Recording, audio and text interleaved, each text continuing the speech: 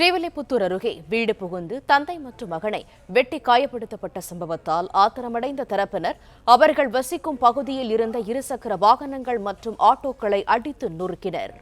இது தொடர்பான கூடுதல் தகவல்களை தருகிறார் எமது செய்தியாளர் மணிவண்ணன். முழு விவரங்கள் என்ன? வணக்கம்.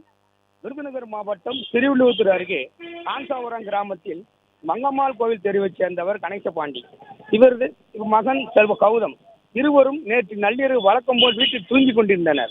அப்போது அங்கு வந்து அருகில் வசிக்கும் மற்றொரு பிரிவைச் சேர்ந்த ஒரு கும்பல் வீடு புகுந்து தந்தை கணேசபாண்டியன் மகன் கௌதமை வெட்டி விட்டு தப்பி ஓடியுள்ளனர்.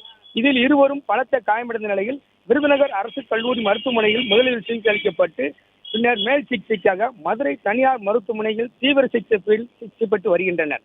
இந்த சம்பவத்தை கண்டு ஆத்திரமடைந்த கணேசபாண்டியன் மற்றும் அவர் உறவினர்கள் தரப்பைச் சேர்ந்த ஒரு பிரிவினர் இன்று வீடு புகுந்து அரிவாள் வெட்டிய கும்பலுக்கு வைத்த பகுதிக்கு சென்று 15க்கும் மேற்பட்ட இருசக்கர வாகனங்களை அடித்து நொறுக்கியதோடு 3 ஆட்டோக்களையும் அடித்து நொறுக்கினர்.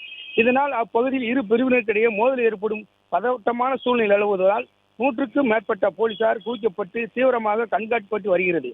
மேலும் கடந்த ஒரு மாதத்திற்கு முன்னர் திருமணம் ஊர்வலம் நடந்த போது இரு பிரிவினருக்கு தகராறு ஏற்பட்டு சமாதான கூட்டம் மூலம் பிரச்சனைக்கு தீர்வு காணப்பட்ட நிலையில் இதனால் ஏற்பட்ட முன்விரோத காரணமாக இந்த சம்பவம் நிகழ்ந்திருக்கலாம் என காவல்துறையினர் தெரிவிக்கின்றனர்.